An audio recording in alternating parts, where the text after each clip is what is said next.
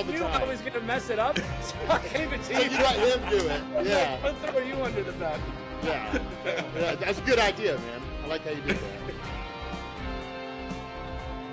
Hello, everyone. Welcome to another edition of Let's Interview the LA Film School students and talk about the past, the present, and the future. We have a fantastic writer with us today. He is in his third year of the Writing for Film and Television program. He's going to be graduating in August. Please, everyone, get on your feet, clap for Mr. Tori Maxwell.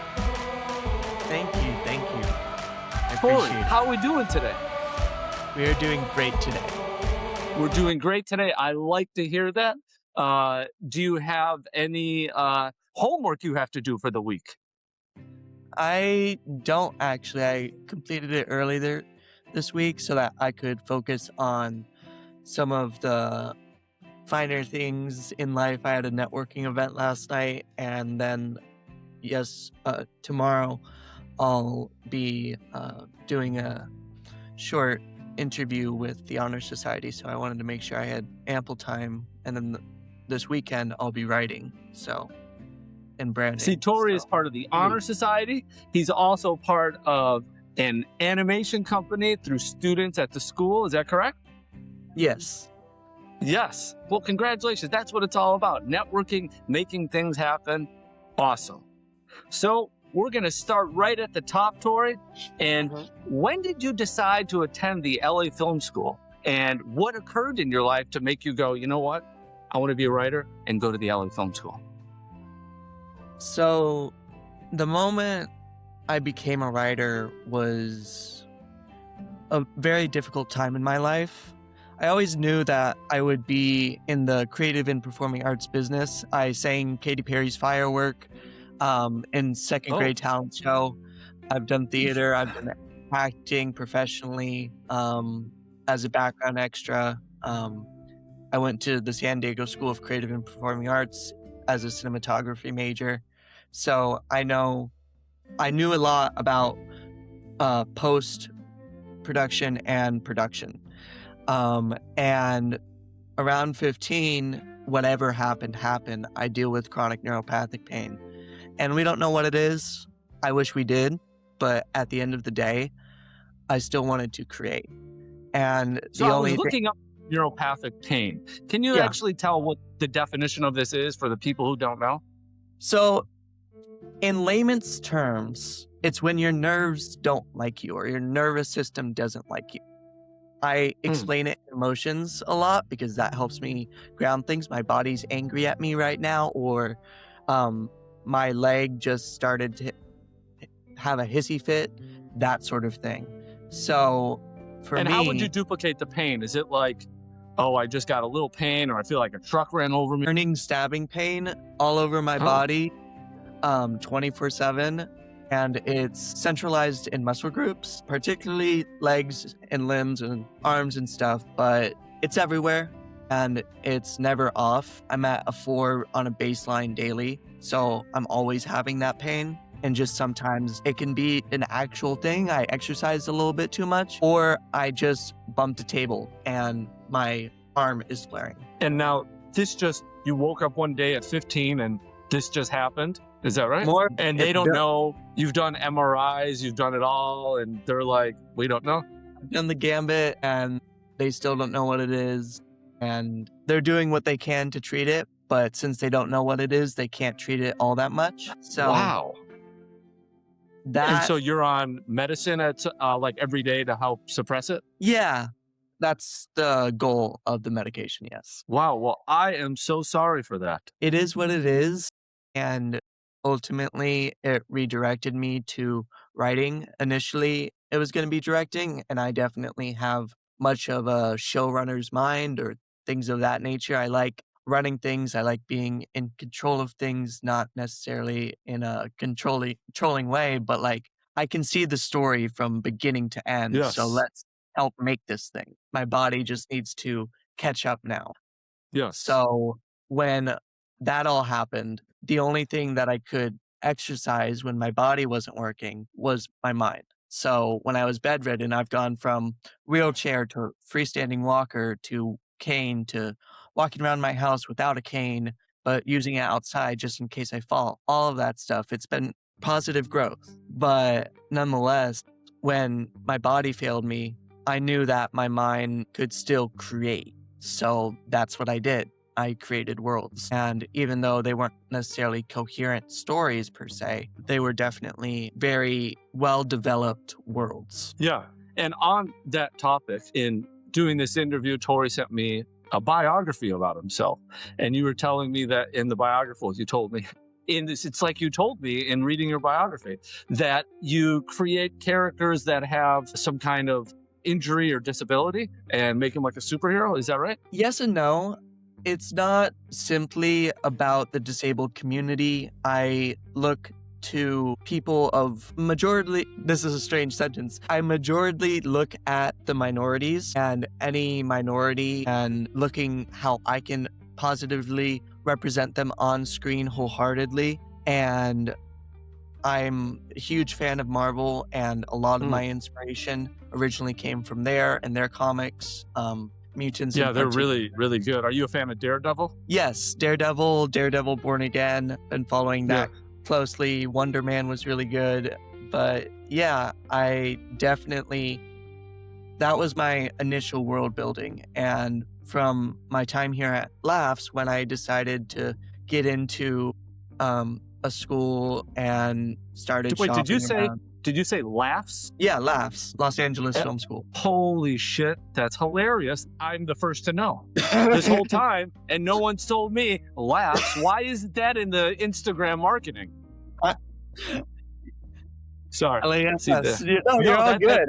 It's just that's shorthand great. I for like me. that. I'm used to it. I don't know where I heard it from. Yeah, Laughs. Yeah. Lars. Or as maybe my son would say, you don't know it because you're Unk.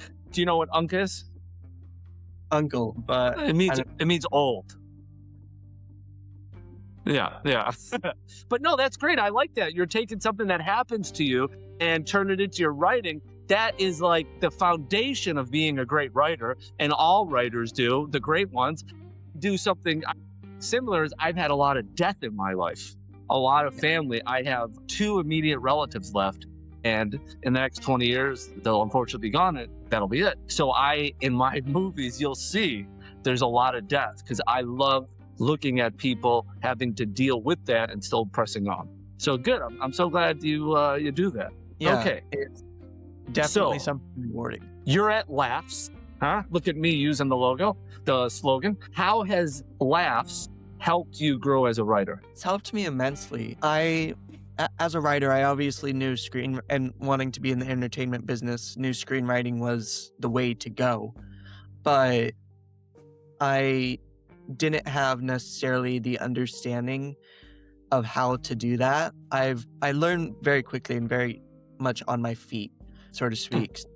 The way that I've learned just how to form a story for a feature versus a series, I'd probably work more in television, honestly, just from my own personal stuff of how I see things and wanting to see different aspects of every character and having the time to do that rather than a movie generally focuses on one main sole protagonist unless it's an ensemble movie. So learning how to structure movies so that they tell a coherent story that people like and that people understand, because it follows a certain, recipe, so to speak, a certain pattern, so that people aren't thrown off, or that this scene has meaning, or that you derive the theme from this experience, but not explicitly, and just kind of putting in my 2 cents with originality and themes and making sure that, everything is tight and is well thought out and it has a setup and a payoff and everything has ripple effects. You change one thing, you got to make sure it's changed in the past and the present and the future. Yes. Very, very true. So if there's a writer out there who says, I know how to write, I follow a book, would you say that's a good way to get into screenwriting and make a living at it? Or would you think there'd be valuable to go to a school like LA Film School? I think it'd definitely be valuable to go to a school like LA Film School. I definitely don't Personally, I struggle reading books. I'm more of an audiobook person. And so I Oh, have okay. speech text software or things of like that nature that I can follow. For me to get a full experience, I'm very much a visual and tactile learner. So you tell me to do this project, I need to do the project to learn the skill.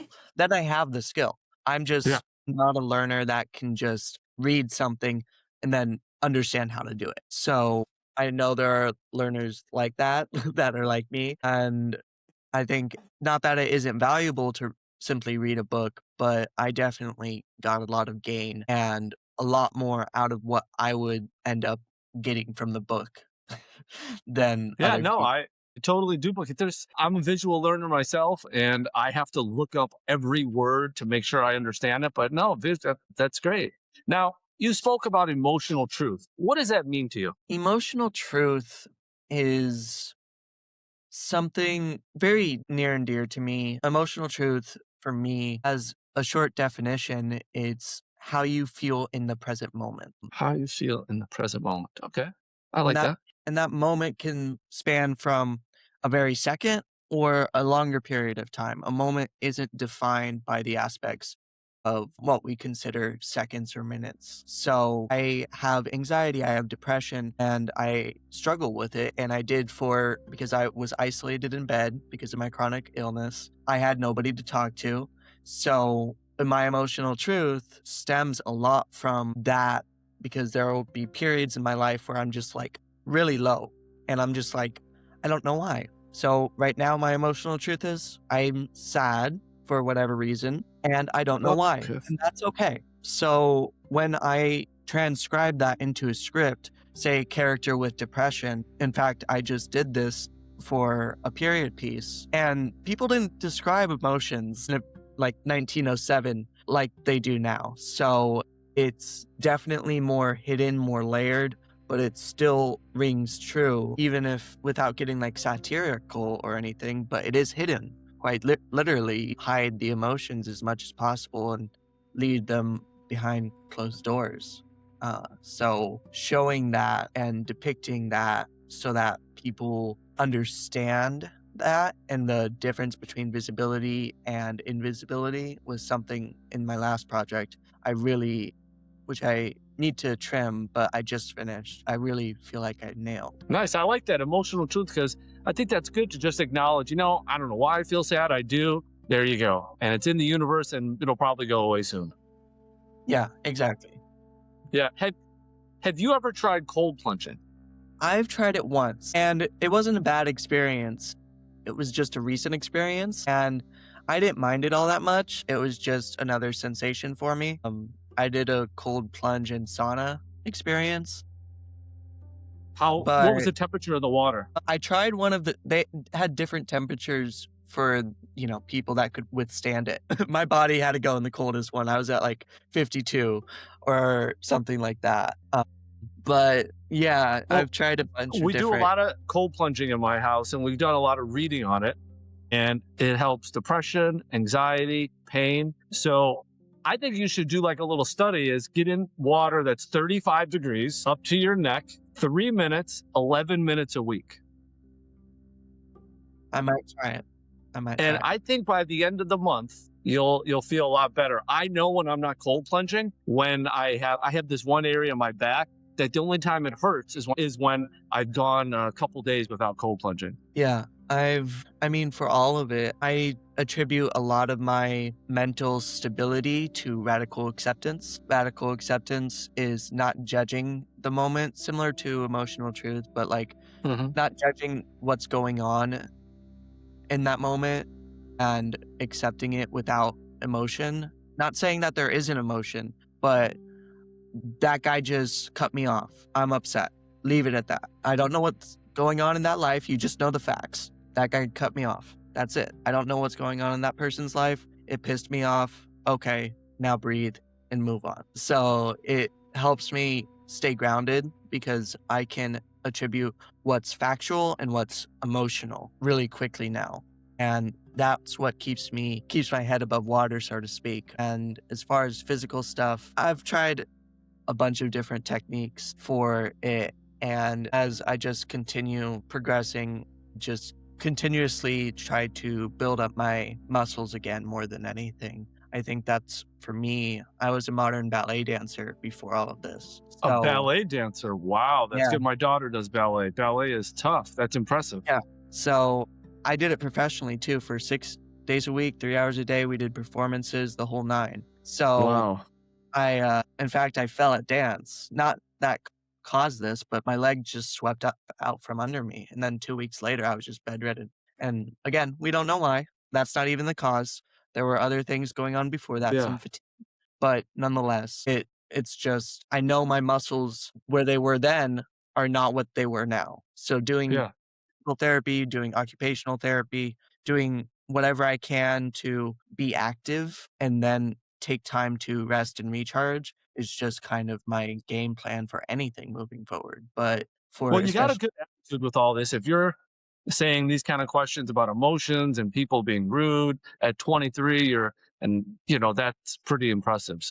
Well done on that. That's really good. And ballets. Who did you play in the Nutcracker? it wasn't that type of performance. I did not do the Nutcracker. The production Visionary Dance Theater. I don't know if it's still up and running in San Diego, but shout out. They were great and I had a lot of great experiences there, but it wasn't like traditional Hmm. productions, modern dance movements in there. So it was like ballet plus modern dance, so modern ballet. And so we put on our own shows with different emotions, different feelings, different meanings. Yeah. Well, good. Well, good. Well, all right. So at 15, you Mhm. became disabled. How did that change your storytelling? I think it amplified it. I mean, before I was jumping between a bunch of different mediums, dance being one of them, acting being one of them, all of these things that I'm like, I'm not sure what direction I want to go to. This is the only direction I can see. Not the only direction I can go, but the only direction that I see writing. Okay. Storytelling. Even if I can't sit in front of a computer right now and write, what story can I create in my brain? And that's when I went to, IP Marvel wasn't using at the time and still isn't at the time, isn't right now, rather, and just kind of worked from there because I was a fan of Marvel. I was a fan of mutants and how their of found family and oppression are just something that come naturally to me. Found family it's always just been my mom and I, and when it hasn't, when I've spread out from that, it's just been a few chosen people in my life. I've never needed a large social life to feel all that connected to people. I Yeah. value quality, not quantity. Well said. And I like that. yeah, so with that, I definitely just continued with that idea, started making Pinterest boards actually, visual learner again, and designing aspects of the character that I liked and how they attributed to this character and organized them to how they would appear, what season they would appear in, what color signature are they, what color palette, what's their identity, who are they, where are they from, all of those things. Yeah. Very And nice. it just helped me flesh out and visualize this is how I want the character to look at the end of the Very day. nice. So you were speaking about the Marvel Universe and the mutant characters. Yeah. What drew you to the mutant characters? Was it your just being you and your mom, or was it the health issues? So with mutants, I always found them not necessarily more interesting than the Avengers, because the Avengers is what sparked my love for Marvel movies. So I really can't diss the Avengers. I love them so much. But the inherent idea that mutants are constantly brought down, constantly oppressed, constantly disliked. And these are outcasts, some visually so, some not. I'm always been the outcast of the outcasts, like literally. That's just been my life, and I don't mind it. I'll gladly take that crown, but it's just how it's Sounds been. like a name of a good TV show you could create. Yeah. Outcast. Yeah, so it's just something that was just like, here's this group of people that when they couldn't find refuge in the world, they found refuge in one another. And it was that no matter who you were automatically accepted into the family. That you were automatically that's nice. into Yeah. the family. Whether you're on like the quote unquote good side or quote unquote bad side, you were a mutant nonetheless. That was period. That was, Yeah. no discussion for it. No matter how you look, feel, you're accepted. Yeah, exactly. So that's Yeah. what always drew me to the mutants, because I was just like, well, we need more of that. Hey, Are you and saying we don't have that now in our world? Come on, Tori. I'm not saying we don't have it. I'm saying we need to amplify those voices We don't have it, Tori. We don't have it. Let's just say that. in some little pockets of the world. Yeah, but I think you said it right. It needs to be heightened. Yeah, exactly. So it's definitely something I like to do with my writing. I mean, my core themes that I always seem to land on are oppression and found family, but I do try to find something bigger to thematically pull the story together. Now, the found family, is that because of your situation, just you and your mom? Found family has to do with a part of the queer community. So I am a part of the queer community. And so with that in mind, found family and chosen family is something inherent, because a lot of queer people have been disowned from their parents and from society. Oh. And That's got to be tough. yeah, thrown Yeah. on the street just because they are attracted to someone of the same sex. So I grew up with parents who were lesbians, and I'm non-binary. So it's just, And for those who don't know what non-binary is, can you explain that in a very easy way? yeah, I can do this one too, real easy. I'm I like either how you ma- adjusted yourself. Like, okay, fine, I get to do that. Let's do I it. know how to do this. So basically, I'm neither man nor woman. Mhm. Period. I don't identify as either, and I'm not a mixture, both, or anything like that. I'm just neither. I don't like certain things about being a man. I've tried that. I've explored being a woman. Nice long hair. I have pictures. It was gorgeous. It was way too much to maintain, ladies. I don't know how you do it. That's why.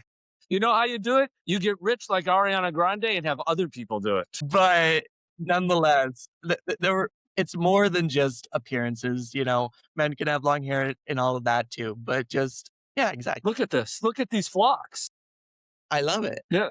You Yeah. have a Thank little you. flock going on. It's my only power. Everything else is just madness. No, I think you got it all right. Yeah. Well, good. Well, what's good is I wasn't told. I read in your biography it said non-binary, but I like that you weren't like, I have to say this and this to you, otherwise you're cutting the video off. It's very open and friendly, so No. that's nice. I have my pronouns here, and I always say this to people. I'm not gonna ridicule you or shame you or jump in every time you use the wrong pronouns. I'm not that person, because it's too much energy for me. It has literally nothing to It do is with too you. much work. It's just too much I work. so get that. I so get that. Yes, I have a relative that'll just like, just let them bitch. Trust me, it's just not worth it. I'm just like, Yeah. at the end of the day, if I haven't told you and you have no way of knowing, it's not the end of the world. And by the time No. that I do tell you and you're starting to relearn how to speak to me, I understand you've already formed that neural pathway of this is the pronouns to refer to me as, because I understand the brain. So when you form that new neural So when I see people that I haven't seen in a couple hours, or like when we go to the honor society meetings, I go, "What's up, man? How you doing?" So should I say then, just for people who don't know, like, do not use man and say "What's up, they," or how would I say that then? So gender neutral, like, terminology, I guess, is the best way to put it. Like, it doesn't have to be "What's up, they." It's just like, "What's up, buddy? How's Buddy's everybody good. doing?" It can go in a lot of ways. Yeah, exactly. "Buddy, how's it going, everyone? What's up, y'all? How you doing, folks?" It's just, for me, you don't have to, like... Yeah. As long as you, like, they went to the movies instead of he went to the movies. Got it. Okay. So yeah. So just keep if you're a man or woman out of it and just say they or them. Yeah, Got it. Okay.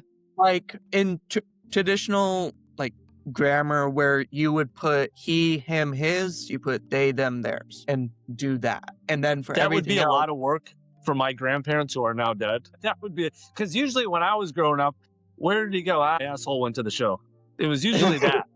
It was usually asshole, which they meant in a very endearing way, just for everyone to know. So we're talking about non-binary. You're Christian, and how does that shape your storytelling? So spirituality and Christianity is something I gave God an ultimatum and he came through and I was just like, oh, hey, dang it. I like that. Listen, you're either going to do this or we're fighting. Yeah, I'm like, you have to prove that you're real to me right here and now. I'm in my darkest hour.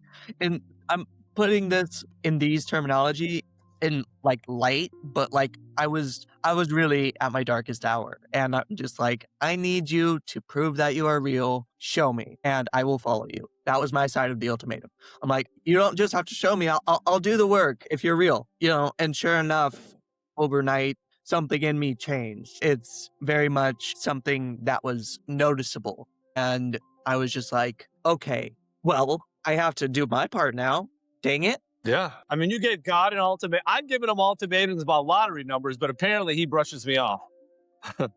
But he delivered me. And I was very much like, okay, guide me God bless somewhere.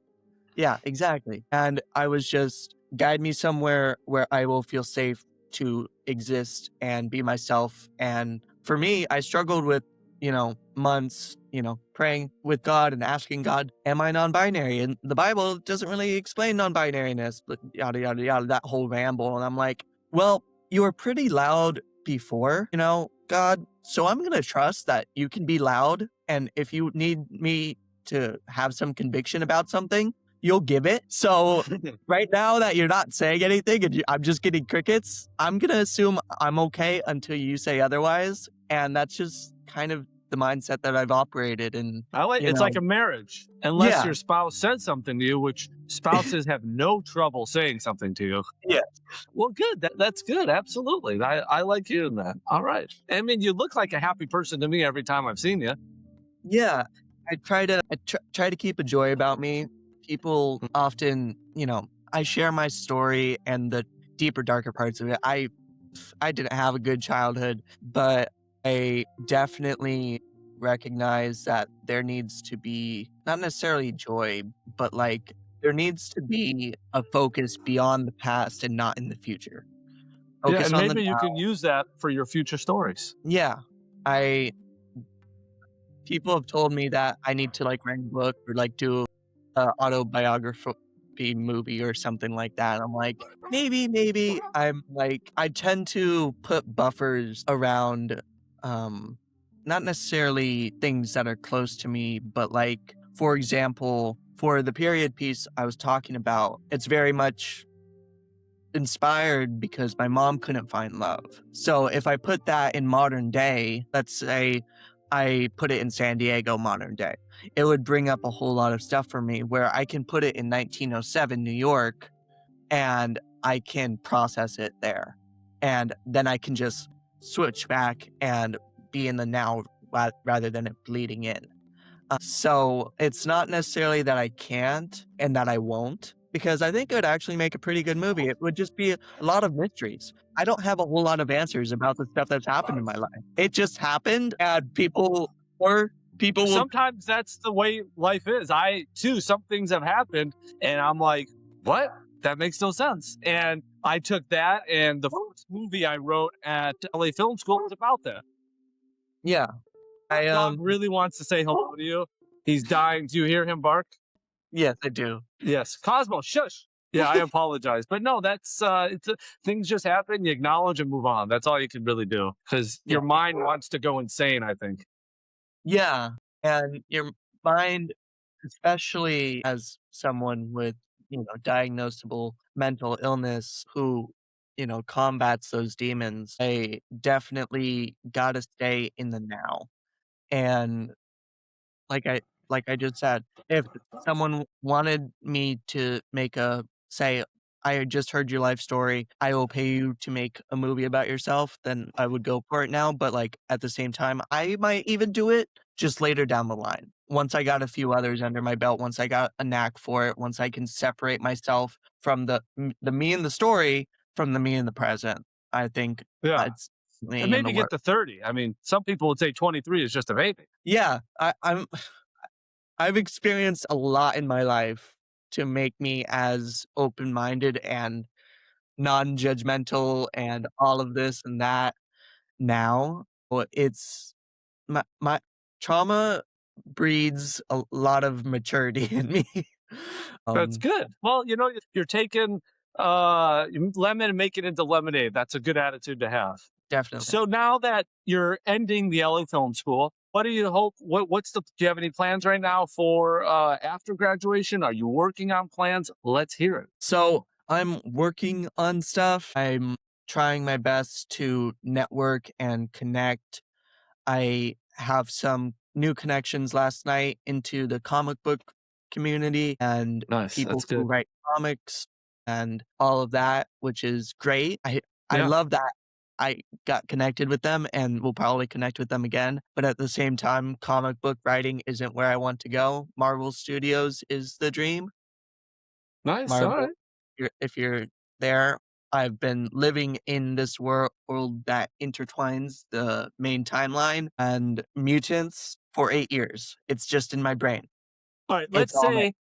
Let's say the CEO of Marvel is in the bathroom right now on the throne, and they're coming to this video, and you got 10 seconds to convince him or her to hire you as a writer. Let's hear it. So I have been building a world where mutants have already been in the MCU, but there's also a cosmic event that introduces mutants in the MCU that has already happened. Now, I can't share what that is in this video, but Kevin Feige, I do have a reasonable explanation for the reason why certain mutants, their mutant activation activates at certain times, and why the world from here on, after the Infinity Saga, has mutants in it.